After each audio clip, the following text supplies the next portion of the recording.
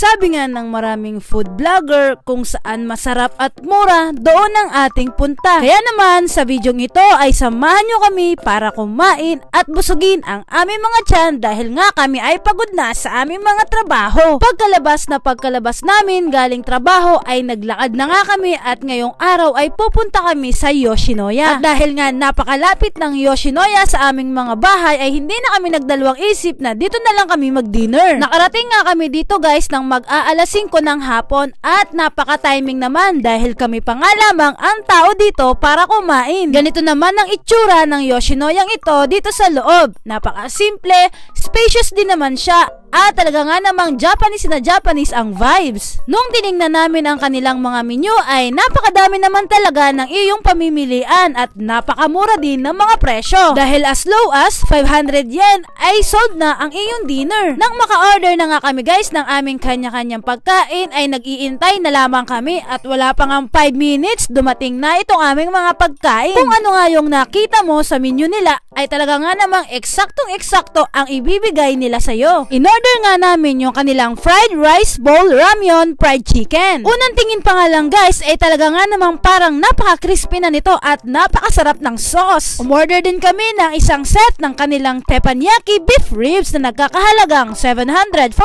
yen. Sa ganitong klaseng set meal talaga nga namang busog na busog ka na. Sina ate naman ay umorder ng isang beef dish karagi set meal at talaga nga namang napakadami nito. Talagang taob ang iyong rice. Sulit na sulit dahil meron ka ng chicken, meron ka pang beef. At hindi naman halata guys na kami ay gutom na kaya naman hindi na kami nag-usap-usap at talagang dumiretso na kami sa aming pagkain. Karaniwan nga guys, ang set meal ng mga Japanese restaurant dito sa Japan ay laging kompleto. Merong salad, merong soup, merong kanin, tapos yung ulam na in-order mo. At karaniwan nga ng mga set meal dito sa Japan restaurant ay nagkakahalaga lamang ng less than 1,000 yen. At kung sa tingin nyo nga guys ay mapapadami ang inyong kanin, pwede naman kayong mag-upgrade dito ng bigger size ng inyong rice bowl. Magdadagdag ka na nga lamang ng kaunti at masasatisfy na ang iyong rice craving. Sobrang nai-enjoy ko talaga guys ang pagkain nitong aking biniling teppanyaki beef set meal. Talaga nga namang hindi na ako tumitigil sa pagsubo. Napakalasa nga ng kanilang beef, pati nga yung sauce ay talaga nga namang napakasarap ilagay sa kanin. Kaya eto ang resulta pagkatapos ng ilang minuto. At ganun-ganun na nga lang guys, ilang minuto lamang ay ubos na lahat ng aming mga in-order at napakalinis talaga ng aming mga bowl. Parang nahiya nga kami dahil baka sabihin naman ng mga staff ay gutom na gutom kami. Pero sabi nga nila,